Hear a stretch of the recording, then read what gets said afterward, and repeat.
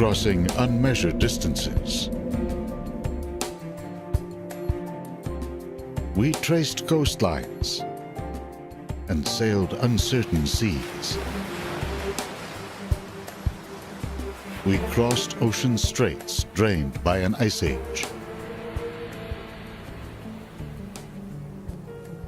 Into every corner of Earth we ventured, looking for places to put down our roots, to raise our families, or just to see what was there. Today, it's the final frontier that fires our imaginations. With so many stars in our galaxy, we make a simple extrapolation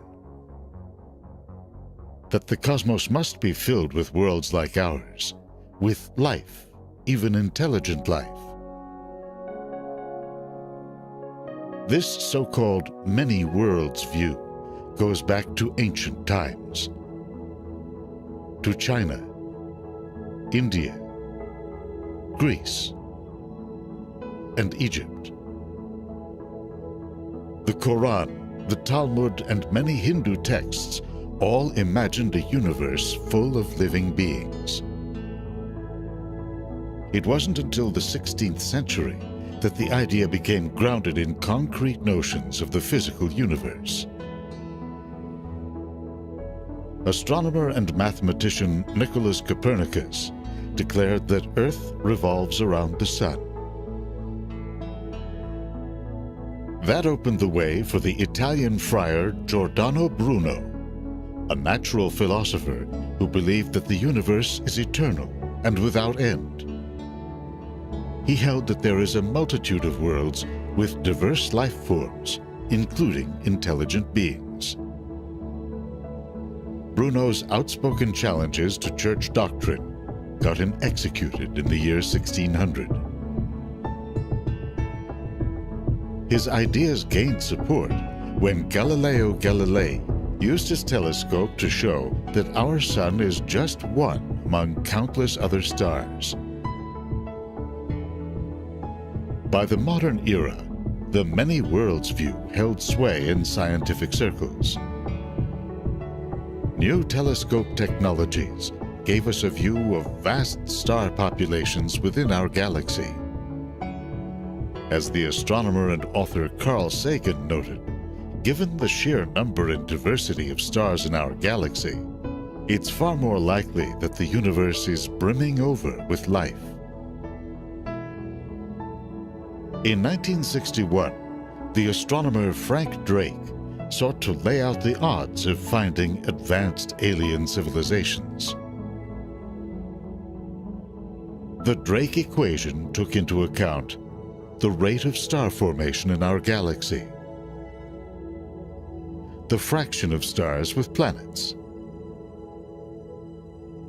of planets that might support life, that might develop intelligent life, or radio communications, which we could perhaps detect. Even as astronomers began to scour the heavens for alien signals, another view of the galaxy gained momentum. It started with the philosophers Aristotle and Ptolemy. They believed that humanity and Earth are unique. With the spread of Christianity, this Ptolemaic system became embodied in the rare Earth hypothesis. In religious doctrine, it was taken to mean that mankind and Earth were specially created by God in His image. In science, it implied that the circumstances that allowed life to unfold on Earth are so particular and fortuitous that the odds are slim we'll find another place like it. Where does the debate stand today, with information about Earth and the cosmos pouring in from ever more advanced technologies?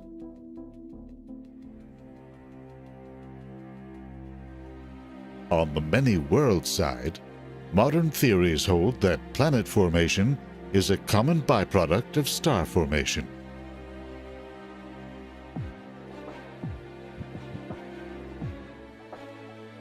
And as we've seen on this planet, life is persistent, adaptable, relentless. Millions of species grace the landscapes and oceans of our planet. From simple one-celled plants to complex megafauna. In terms of mass and sheer numbers, none of it holds a candle to a simple hardy form. Bacteria have been documented in fossils dating back some 3.5 billion years.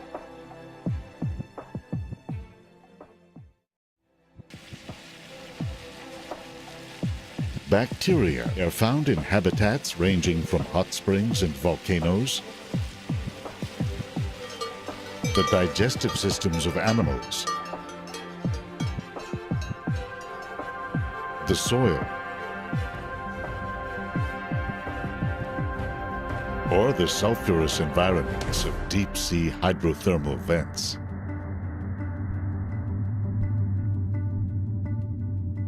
They are part of a much larger global ecosystem that suffuses the Earth's crust. Down where heat and chemicals from Earth's interior fuel their growth. Not even the worst climate catastrophes of the past could dislodge this biological storehouse.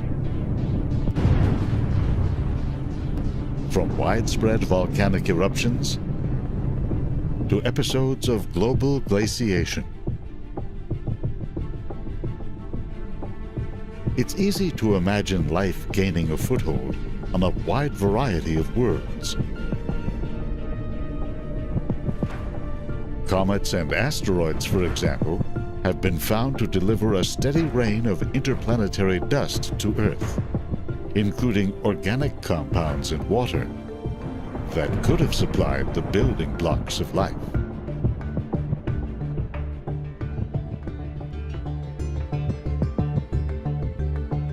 Analyzing a type of carbon-rich meteorite, researchers have found amino acids, molecules used to make proteins. They also found components used to make DNA, along with sugar-related organic compounds that are a basic part of living cells. But primitive life forms don't necessarily evolve to more advanced forms. The rare Earth view points to a complex and fortuitous chain of circumstances on this planet.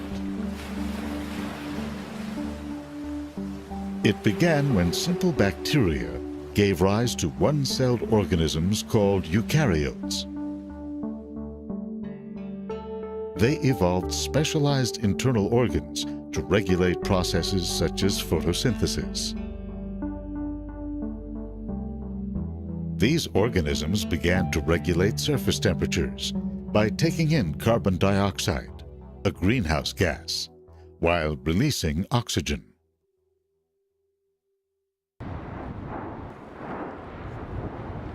Volcanism and other geological processes released more CO2 in the air.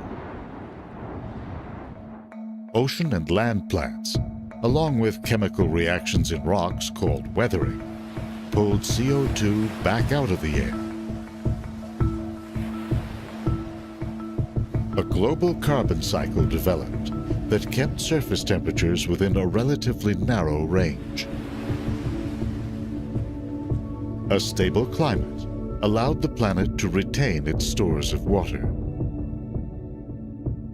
Water, in turn, has helped drive the movement of Earth's crustal plates, a process that releases and buries CO2. There were other factors as well. A nearly circular orbit has helped keep seasonal extremes in check. The moon stabilized the day-night cycle. Earth is also at a distance from the sun that allows surface temperatures to hover between the freezing and boiling points of water, the so-called habitable zone. Some scientists also believe we live in a galactic habitable zone. We are close enough to the galactic center to be infused with heavy elements generated by countless stellar explosions over the eons, but far enough away from deadly gamma radiation that can roar out of the center. At the same time, Earth has been able to survive a range of other natural hazards. Some researchers, for example, have linked mass extinctions in the past to the sun's passage through one of the spiral arms, where gamma radiation sources lie in wait.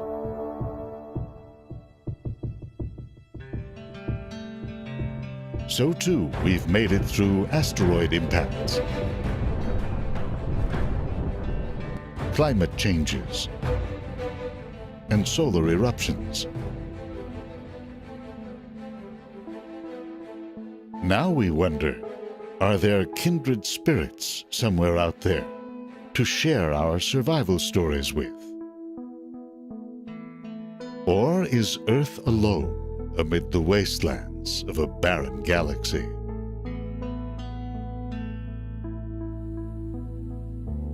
This image shows, in stark relief, the biggest obstacle faced by planet hunters. We're looking at Earth, as photographed by the Voyager spacecraft from a distance of 3.7 billion miles. Our mighty world occupies only about 1/10 of 1 pixel. Try seeing something this small at hundreds of thousands of times that distance. And try seeing it through the bright glare of a star. Still, astronomers have made extraordinary progress. In 1995, Swiss astronomers announced the discovery of a planet orbiting the star 51 Pegasi. They found it by carefully charting the star's wobble caused by the gravitational tug of an orbiting planet. What they found is no Earth. It has about half the mass of Jupiter, but orbits at a distance closer than our own Mercury is to the Sun. Most of the planets discovered with this method are gas giants, so-called hot Jupiters that swing in close to their host star.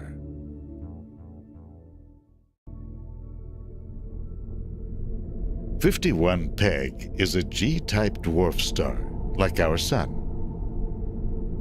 It is brighter and more massive than 85% of all other stars in the galaxy. But there are only about 500 others like it within 100 light years of Earth.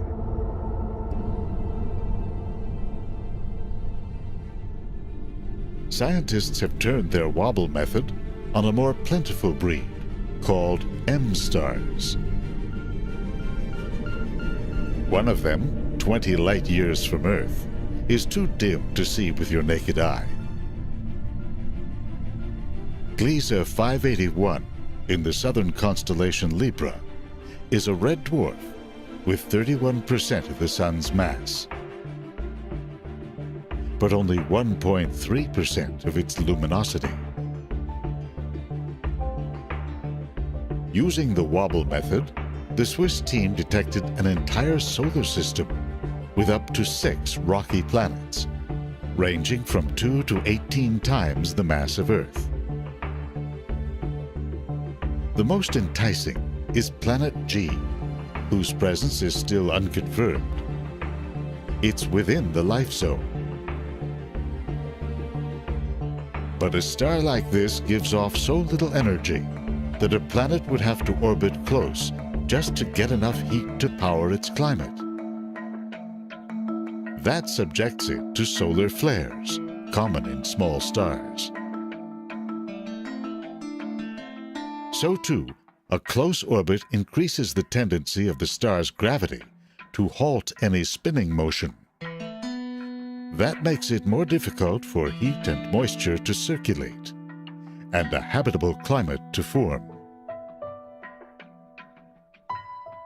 If planet hunters operating on ground-based observatories have told us anything, it's that planets and solar systems are highly diverse.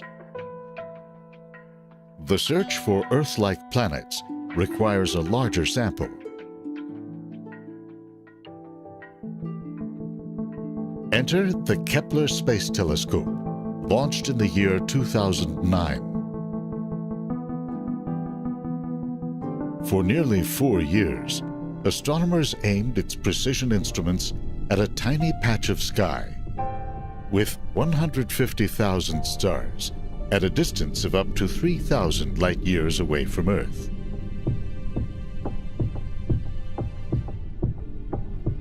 Kepler used what's called the transit method to record subtle dips in the star's light caused by a planet passing in front of it. By analyzing the light as it dipped, scientists are able to estimate the planet's mass, radius, and the distance from its parent star. Combining Kepler and ground-based observations, there are now 3,841 planetary candidates.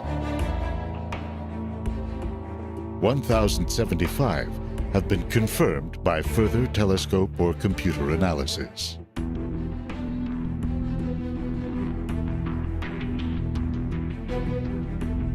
The vast majority of candidates orbit in the hot zone of their parent star, and most have a mass equivalent to Neptune or Jupiter.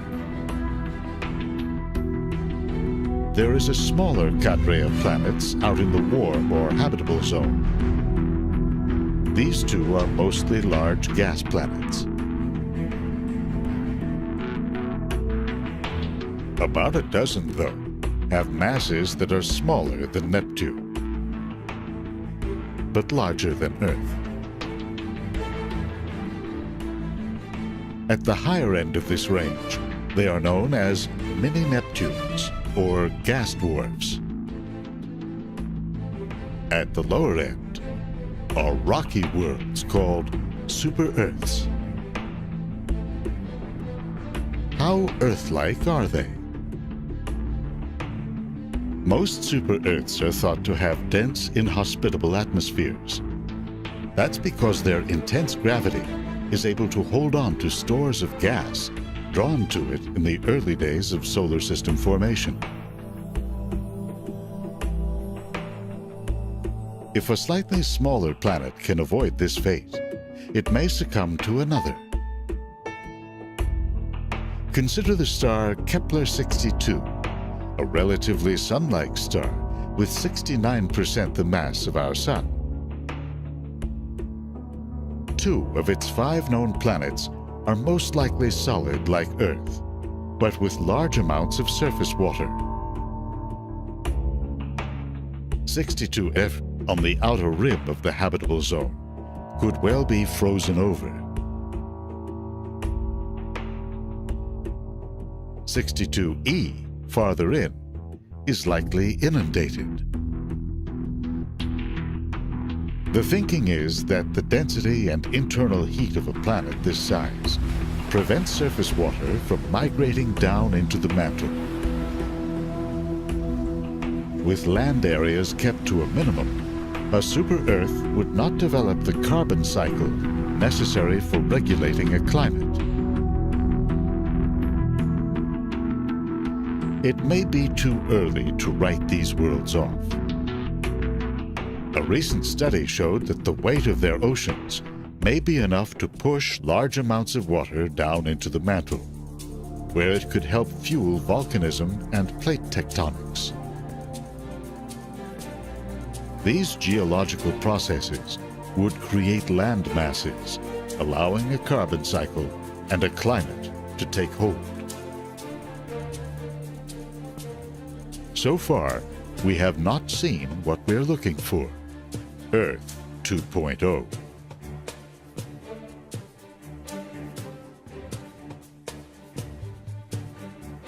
A malfunctioning gyroscope on the Kepler satellite ended its observations after 4 productive years in space. The data it captured remains a mother lode that scientists continue to mine.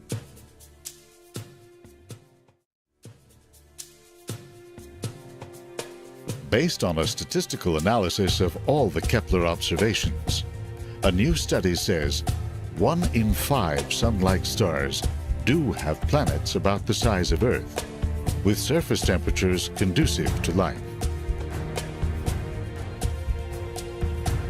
Given that about 20% of stars in the galaxy are Sun-like, that would amount to several tens of billions of potentially habitable Earth-sized planets. And there may well be a whole other population of habitable worlds we haven't considered. 620 light-years away, in the constellation of Cygnus the Swan, is a star that's slightly cooler and smaller than our Sun. Kepler-22 has a planet squarely in the habitable zone, but at around 6 times the mass of Earth, it's probably enshrouded by a dense atmosphere.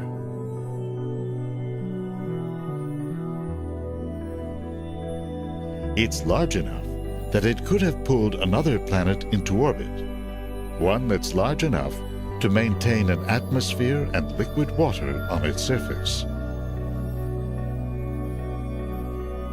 If any of the confirmed exoplanets do have a moon, it would leave a subtle but distinct imprint on the star's light.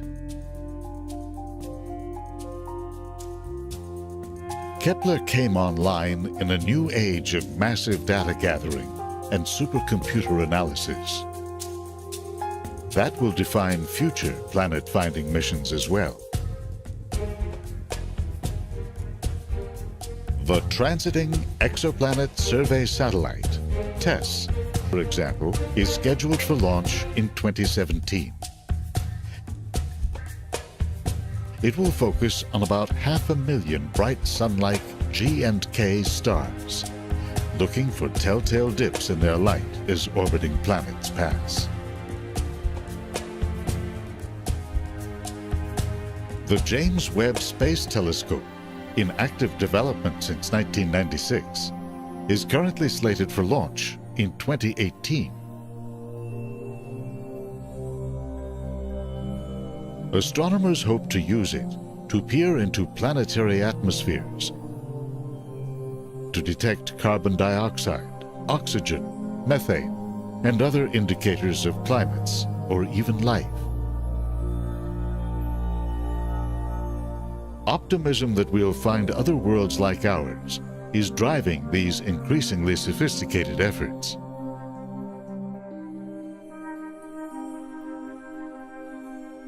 It's tempered by what we've learned of our own world and solar system, that there are so many factors that can derail a planet's evolution.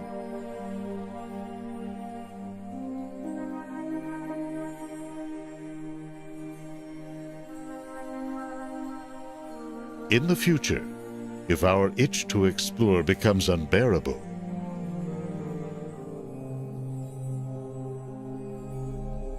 or if somehow things don't work out on this planet, there is bound to be some available galactic real estate out there. We'll have to develop advanced transport to get there, 20, 100, 1,000 light-years away. We may find that we are not exactly adapted to its gravity. Its mix of land and water, its atmosphere. We may not prefer its climate. The question is, will it be worth the trip?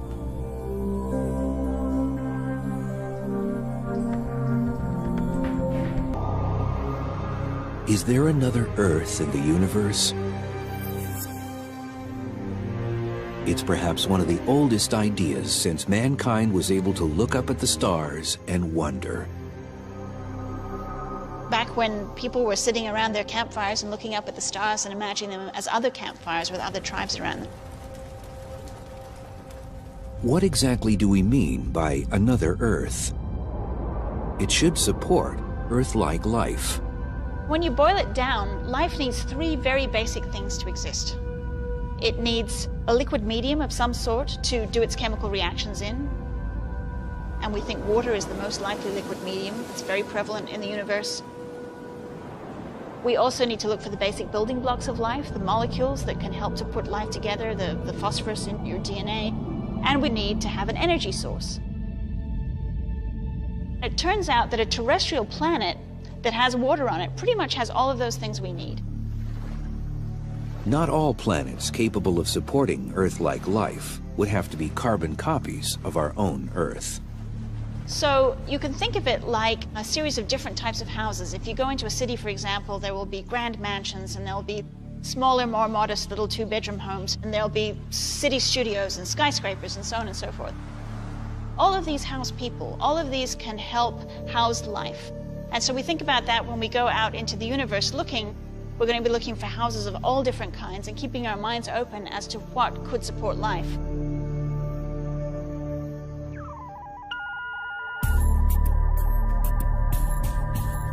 Astronomers have found over 300 exoplanets, that is, planets outside our solar system.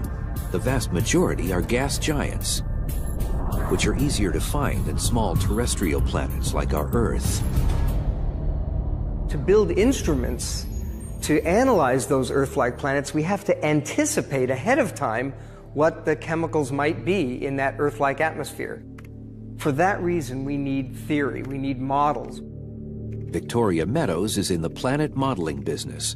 She heads up the Virtual Planet Laboratory at Seattle's University of Washington. The group, spread across institutions around the country, builds worlds that may exist in the yet unexplored universe. The Virtual Planetary Laboratory allows us to simulate what planets might look like from space and what their environments might be like in advance of actually discovering these things out there in the universe. So it allows us to explore what planets might be like. In the Virtual Planet Lab, fantastic worlds can be built, like a science fiction novelist with a supercomputer as a writing partner. So we can take something that's like the Earth, but we whip away the sun, and we replace it with a star of different size and temperature.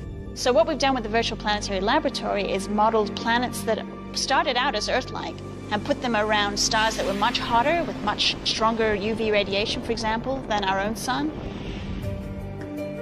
The models can produce bizarre alternate Earths filled with plants that are bright red, orange, or even pitch black. Photosynthesis can vary greatly depending on the light of the star that's shining on it. Planets around F-stars, for example, where the light from the star is much bluer, the plants there will tend to absorb more blue light, and so those plants could potentially be more likely to reflect red, orange, and yellow light, and so will appear red, orange, and yellow to us. Plants on a world around weaker stars could evolve their coloration to use every bit of energy falling on them. If you go down to much cooler stars than our sun, to M stars, plants on planets around M stars might in fact be black because they want to absorb as much light as possible to do their photosynthesis and to feed. And then there's the water world planet, a theoretical Earth circling a volatile M-type star that constantly hits the planet with outbursts of deadly radiation. And how does life cope on the surface of that planet? Is it possible to have life even when you have a flaring M star?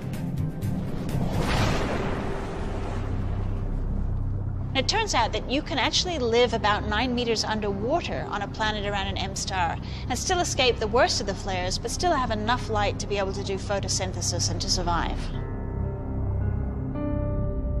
Everything looks good from here.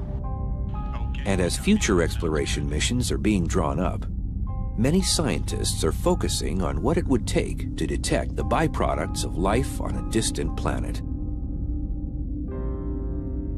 life produces gases. Life stinks. You can smell it. And we're going to look for those gases with these high-resolution spectrometers. So what we really need to do is take the light from another Earth-like planet and analyze it to find out what the chemical composition of that atmosphere is. Finding the locations of planets is something that UC Berkeley astronomer Jeff Marcy is very good at. He and his astronomy colleague, Paul Butler, are credited with finding more exoplanets than anyone else. A planet that's farther from its host star will be very cool. And so there's a domain in between that we sometimes call the Goldilocks zone or the habitable zone, where the temperature is just right. And by just right, I mean lukewarm, so that water would be in liquid form. And of course, it's liquid water that's the prerequisite for life. When we look at other planets and we ask, could there be life on other planets? My first question is, could that planet support liquid water? Yes, I'm interested. No, I'm not interested. It all comes down to show me the water. Water is an amazing substance. We are frankly fortunate that the universe has something called water. It's the great cosmic cocktail mixer. Water is the critical stuff that allows the chemical reactions to take place that eventually lead to life. But this special zone, where liquid water can exist, varies from place to place. If a star is a hot O type, the zone will be farther out from a sun. If it's a cool M type, the zone will be closer in. And it even changes with time. Stars are not stable. Even our own comfy habitable zone here on Earth will change in a few million years when our sun grows older and much hotter.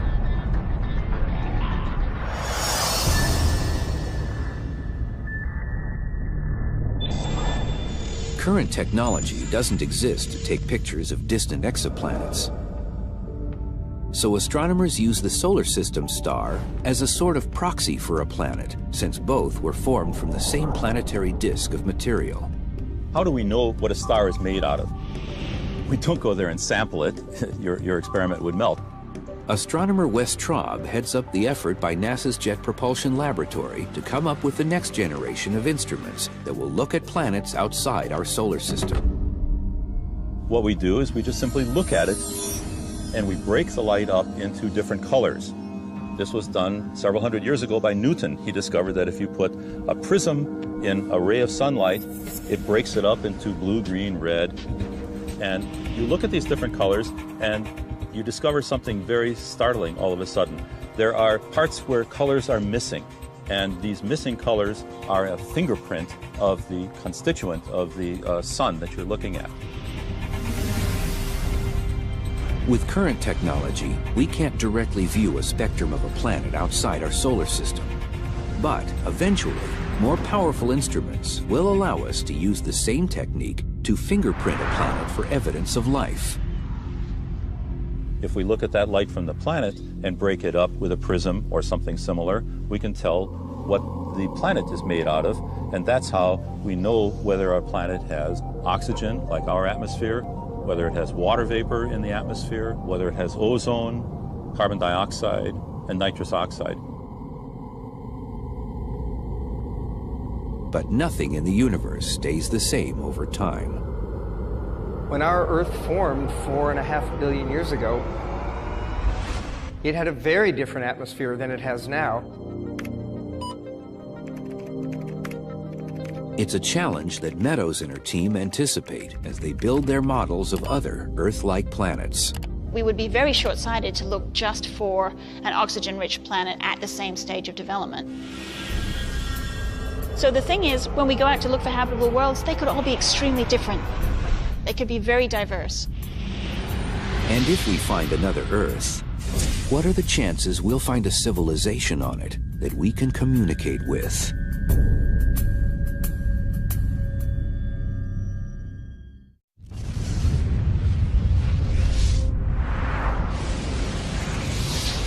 What's the number of intelligent civilizations that might exist on other Earths in the universe? What would have to go into such a calculation?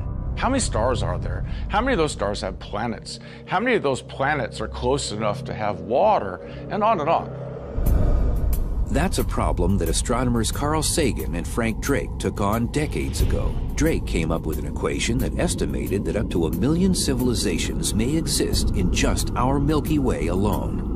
The Drake equation is this series of numbers that are trying to be put together in such a way to give us a kind of way of even closely estimating how many other intelligent civilizations are out there.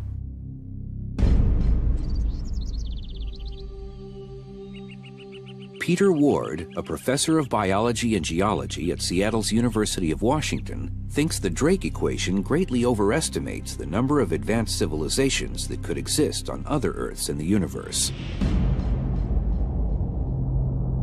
Ward and astronomy professor Don Brownlee's book, Rare Earth, explains why they think complex life, animal life like humans, may be rare in the universe.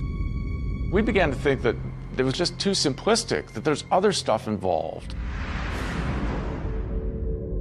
Ward cites a number of factors that he thinks would lower the original Drake estimates of how much complex life could exist in the Milky Way, and by extension, the universe.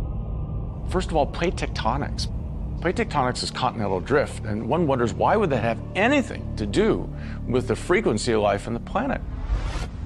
Plate tectonics also produces a recycling of elements, and that recycling does some very fundamental things. The most fundamental thing it does, it produces a temperature gauge. It's like a thermostat on the planet. If we get too warm, plate tectonic processes help us cool off.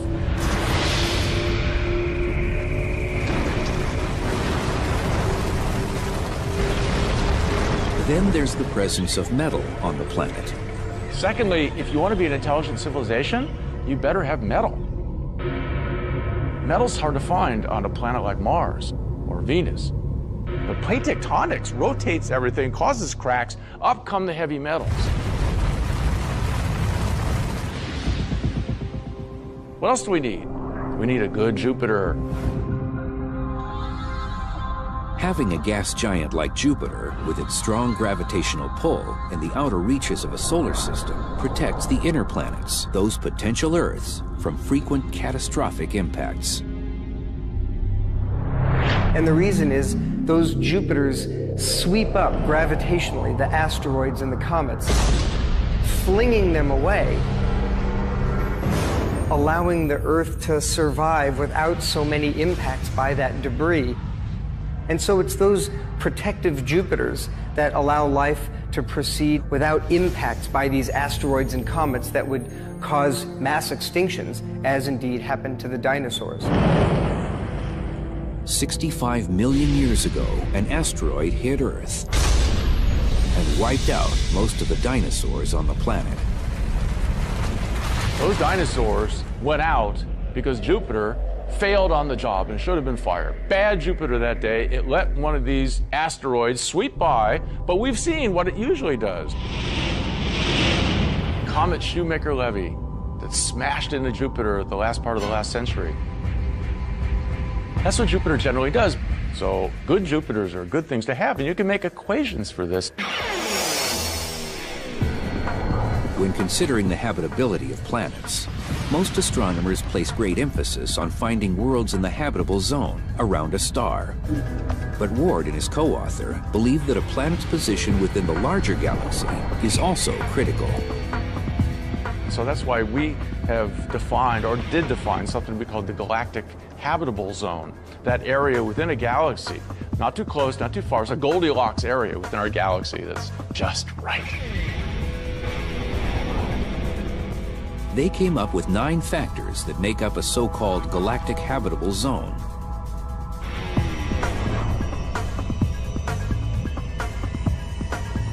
Earth's position in the galaxy is considered. Away from killer neutron stars, black holes, and deadly gamma ray bursts.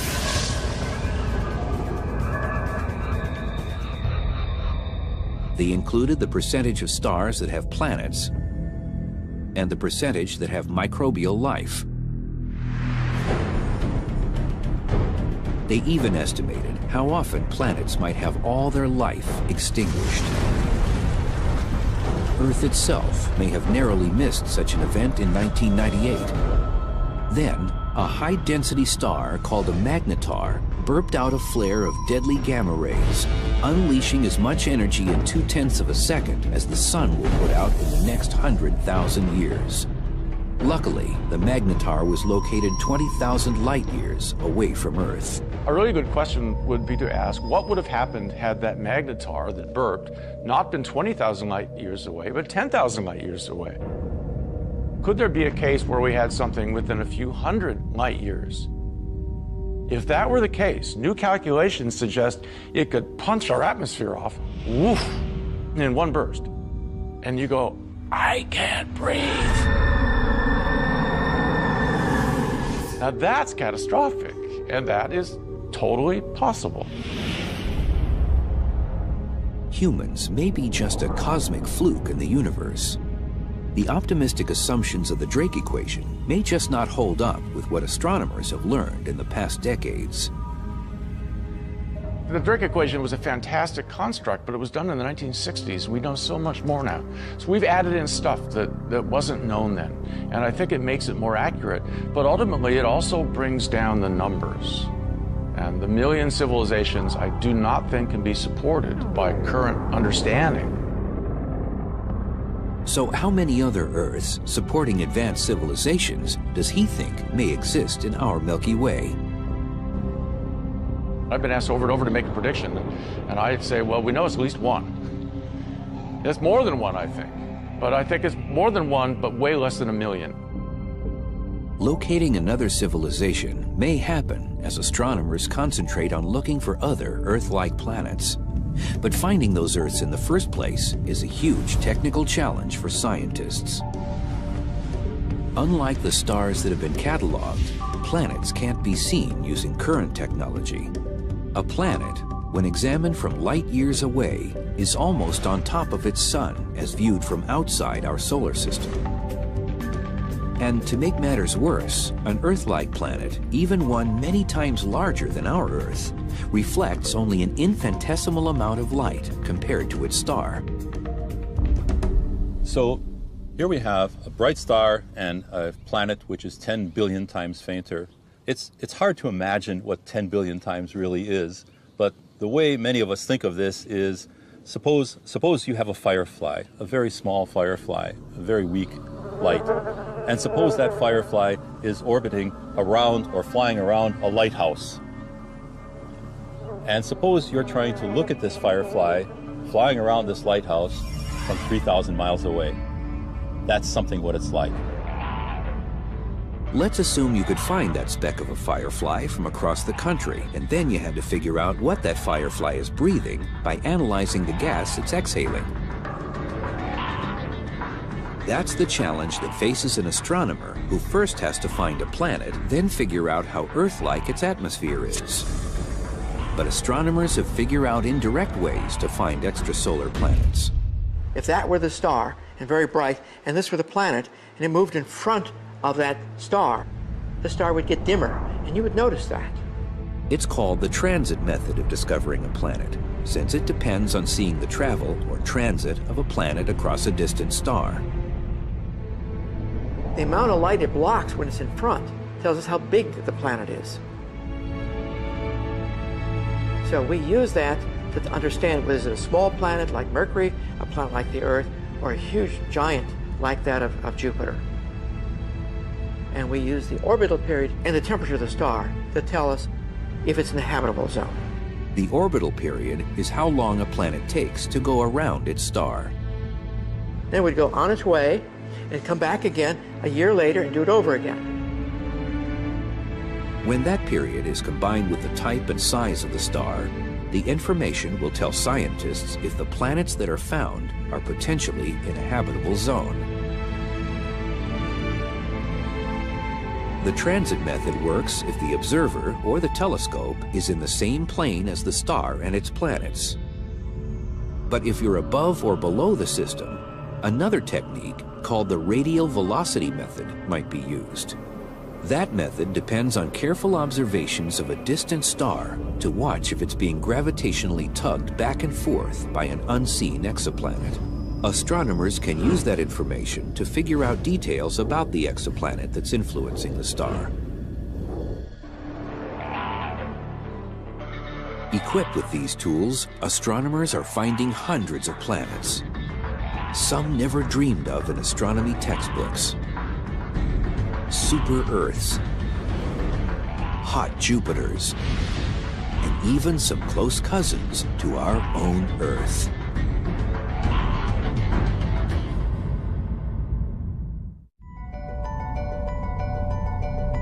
In the search for other Earths in the billions of stars in the universe, astronomers have found a relationship between the composition of a star and the probability that it may have planets, both Earth-like and otherwise. The stars that have heavier elements in them, the iron and the nickel and the silicon, have heavier elements for a good reason. Those stars formed out of molecular clouds in the Milky Way galaxy that collapsed down to form the star, and in so doing, left some placental material around them that eventually coagulated into the planets. So it makes sense that stars that formed with lots of heavy elements will form planets that also have lots of heavier elements. Astronomers call the proportion of heavy elements in a star its metallicity. But that doesn't necessarily mean it has a lot of metal in the conventional sense. Metal, for an astronomer, is any element that's heavier than hydrogen or helium. So in astronomer speak, lithium is a metal, sulfur is a metal, chlorine is a metal, and not just elements like iron, gold, and silver. An Earth-like exoplanet not only needs heavy elements in its composition and to be in a star's habitable zone, it also needs to be the right size to sustain life. Right size means it can hold on to its atmosphere and have plate tectonics and volcanoes, both considered critical to regulating a planet's temperature. To do all this, astronomers estimate that the smallest a planet can be is 1/3 of Earth's mass. On the high side, a habitable planet cannot be greater than 10 times our Earth's mass. The very existence of exoplanets has gone from theory to reality only in the last decade. A little over 10 years ago, we had no known extrasolar planets at all. The only planets we knew of were those orbiting our sun. And now we know of planets orbiting other stars. And of course, what's really exciting about these planets is that some of them may be habitable, and so there's a chance that there's life on some of them. Of the hundreds of exoplanets found, some may not follow the familiar blueprint of planets in our solar system. We found these bizarre Jupiters that orbit very close to their stars. They're blowtorched hot, and these Jupiters undoubtedly got close to their star by migrating inward. Sometimes the formation of a Jupiter-mass planet can be kind of a death knell for terrestrial planets in the system. And what if we had been unlucky enough to have such a Jupiter in our solar system? It would have slingshot the Earth right out of its orbit into the vast, cold darkness of outer space, and the Earth would eventually die off as a cold, dark hulk.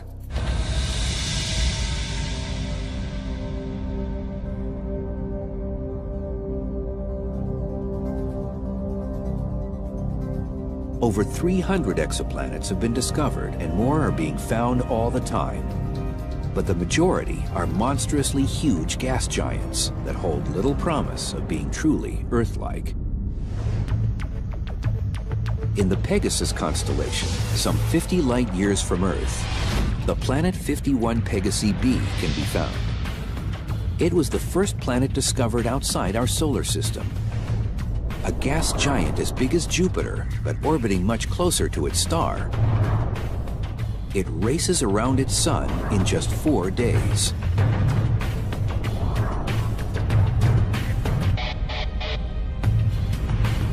The planet 70 Virginis b is even farther away than Pegasi, at 60 light years. It's 7.5 times as massive as our Jupiter. At first, it was believed to be in the habitable zone of the star, so it was nicknamed Goldilocks. Later calculations showed that it had an eccentric orbit that brought it to within 27 million miles of its sun, which is roasting hot, so it's no longer considered to be in a habitable range.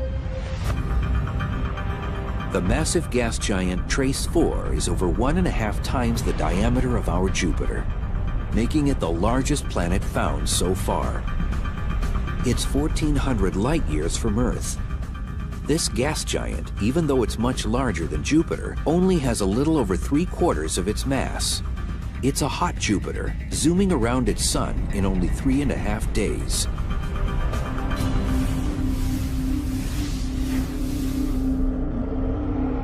Astronomers haven't been able to find true Earth-like planets outside our solar system because they've not yet been able to detect such relatively small rocky planets as our Earth.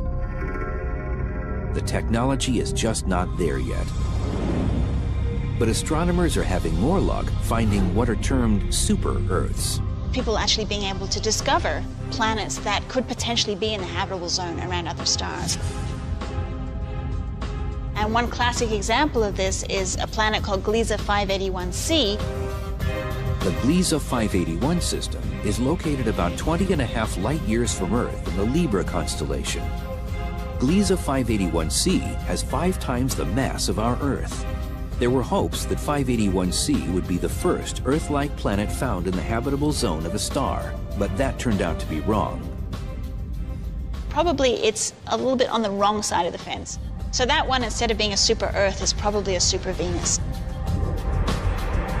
It's like our own Venus, way on the hot side, with possible 600-degree temperatures, but also more massive than Venus.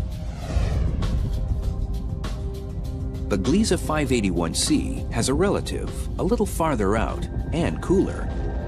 It's named Gliese 581d. And this one is at the far back end of the habitable zone, where it's quite cold. When you initially look at it, you think, well, maybe that's a bit too cold.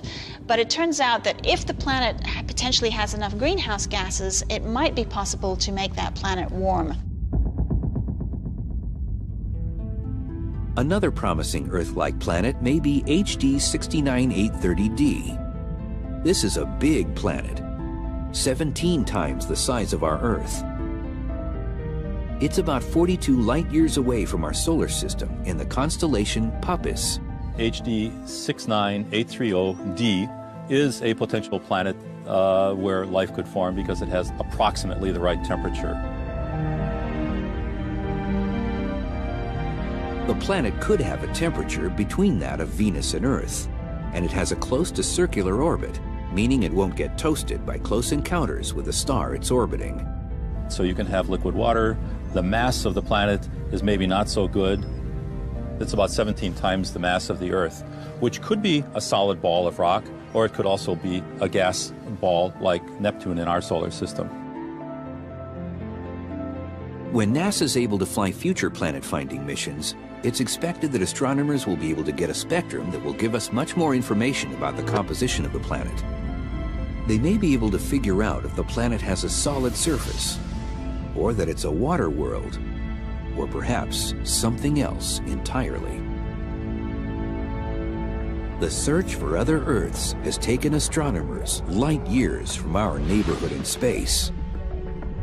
But could another Earth exist in our own solar system?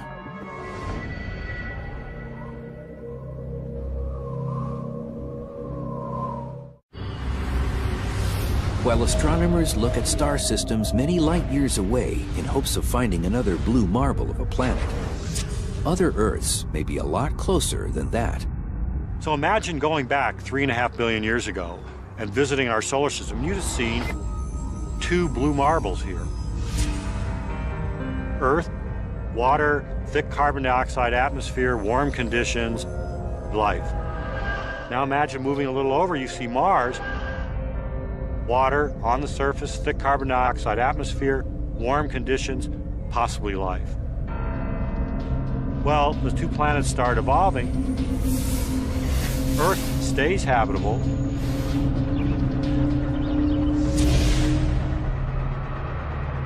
Mars doesn't. Both Venus and Mars are just on the edge of the Goldilocks zone of habitability. Both may be cases of failed Earths. Once you fall off that path, you may never be able to come back. Mars is a lesson for what you need to maintain habitability for a long time. And the answer, we think, turns out to be big. You have to be as big as the Earth to maintain habitability for a long time. Mars is too small. Being too small, it has no way to recycle its elements and has no way to hold on to its atmosphere for a long time. So size matters. And while Mars is now too cold, Venus, our other would-be Earth, has the opposite problem. It's too hot. It was a little bit too close to its star, too close to the sun. It got hot and it stayed hot. And so all the carbon dioxide, the CO2 and so on, that formed on Earth, formed also on Venus. But on Earth, it was incorporated into rocks. On Venus, it stayed in the atmosphere. And the atmosphere basically is global warming to the nth degree. Sunlight comes in and it just doesn't leave. That planet is like the inside of a pizza oven. Venus failed because it was born in the wrong place. Mars failed because it was born the wrong size. So we have an interesting story here, Venus, Earth, and Mars. Venus is in the wrong place. Mars is the wrong size. Earth is the right place and the right size. So if the planets in our solar system aren't great candidates for being Earth-like, our closest galactic neighbor, Alpha Centauri, may harbor an Earth-like planet. At a little over 4 light-years away, in galactic terms, it's next door.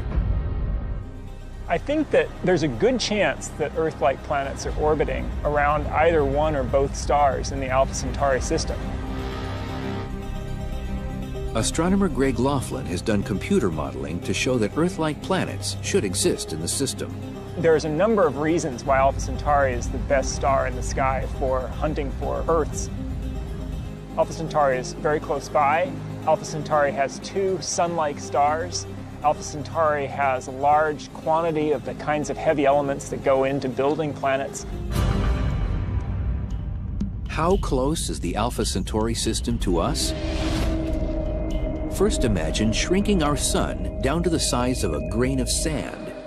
A grain of sand is just about the smallest object that you can see with your eyes and just about the smallest object that you can actually feel with your fingers.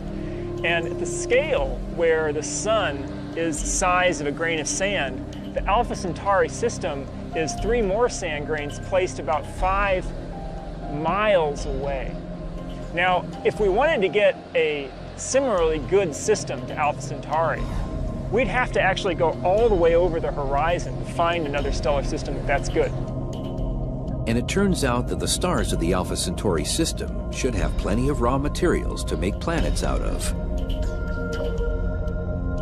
Alpha Centauri has a higher metallicity than our own sun does, and that implies that planet formation was a process that took place relatively easily in that system. And last but not least, Alpha Centauri's 2 main stars provide an additional benefit. The initial indications show that there are no Jupiter-mass planets in the Alpha Centauri system. That makes it more straightforward for terrestrial planets to form around either or both of the stars. That's because large gas giants form around cores of ice that are as big as our entire Earth. So these giants need a lot of cold space to form these cores. Think of how far out Jupiter is from our sun. However, when you have 2 stars with overlapping orbits in a system like Alpha Centauri, there isn't a space in the system that's big enough and cold enough to allow the formation of these gas giants. So we expect that the planets that exist in the Alpha Centauri system, if they're there, they're terrestrial planets like the Earth or Mars or Venus. They're not gas giant planets like Jupiter or Saturn. What if we could actually survey how many Earths are in our part of the universe? What if we could peer directly into the atmosphere of another Earth that was light years away?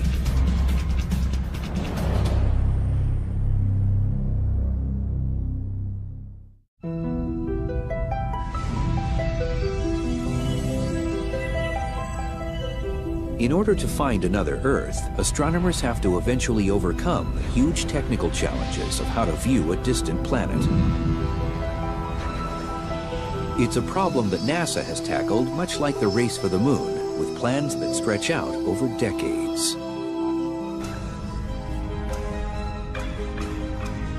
The first exoplanet-finding mission will be Kepler, which launches in 2009. The NASA survey project is named after the 17th century astronomer Johannes Kepler, who discovered the laws of planetary motion. What Kepler will do is so utterly simple and yet extraordinarily powerful, it brings tears to my eyes. What Kepler will do is simply be a space-borne telescope and stare at the constellations Cygnus and Lyra, taking picture after picture after picture, with the goal of looking for stars that dim when an Earth-like planet blocks some of the starlight. And it will be the first time that we humans detect other Earth-like planets around other stars. The principal investigator for Kepler is William Barucki. He's been championing the mission for 25 years. Kepler basically is a space mission that puts up a very large telescope. It's very much like a camcorder. It's always taking pictures of these stars, sending that information back to you. The mission is a comparatively small survey project to look at a fixed portion of the sky for an initial time of 3.5 years. The main result from Kepler will be to give us a statistical count.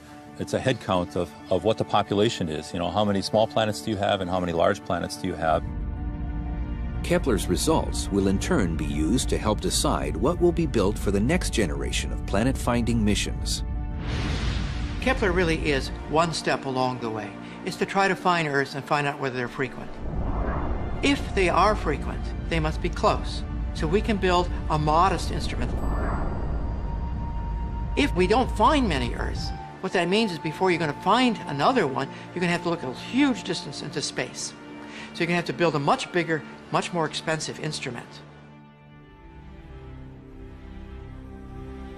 The most majestic, spectacular telescope ever conceived by humanity is something called the Terrestrial Planet Finder. It will be an enormous telescope in space, frankly probably costing several $1 billion, but what it will do is absolutely unique. It will be the first telescope to take pictures of other Earth-like planets.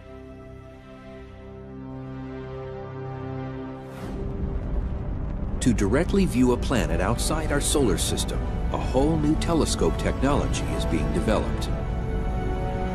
To construct the terrestrial planet finder that will image Earths against the glare of their host stars, we need some entirely new optical technology, a technology that frankly we haven't invented yet.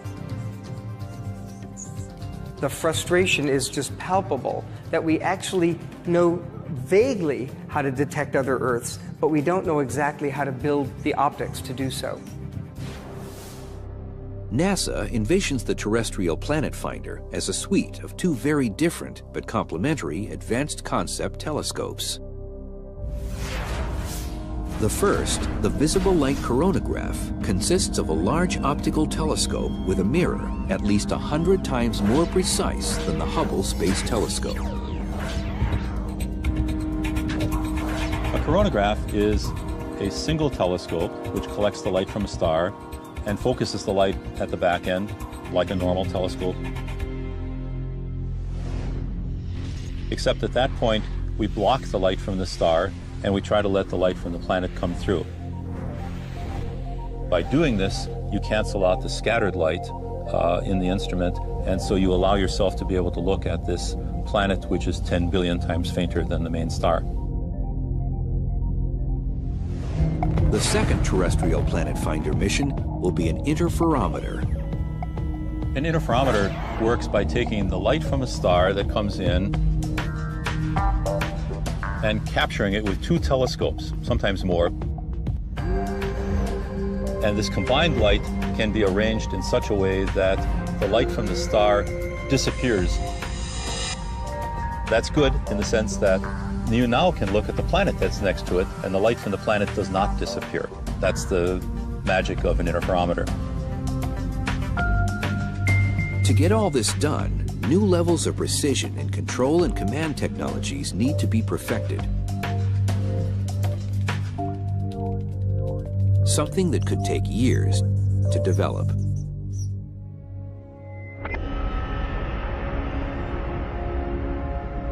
The quest for the holy grail of astronomy, another Earth outside our solar system, has pushed scientists to speculate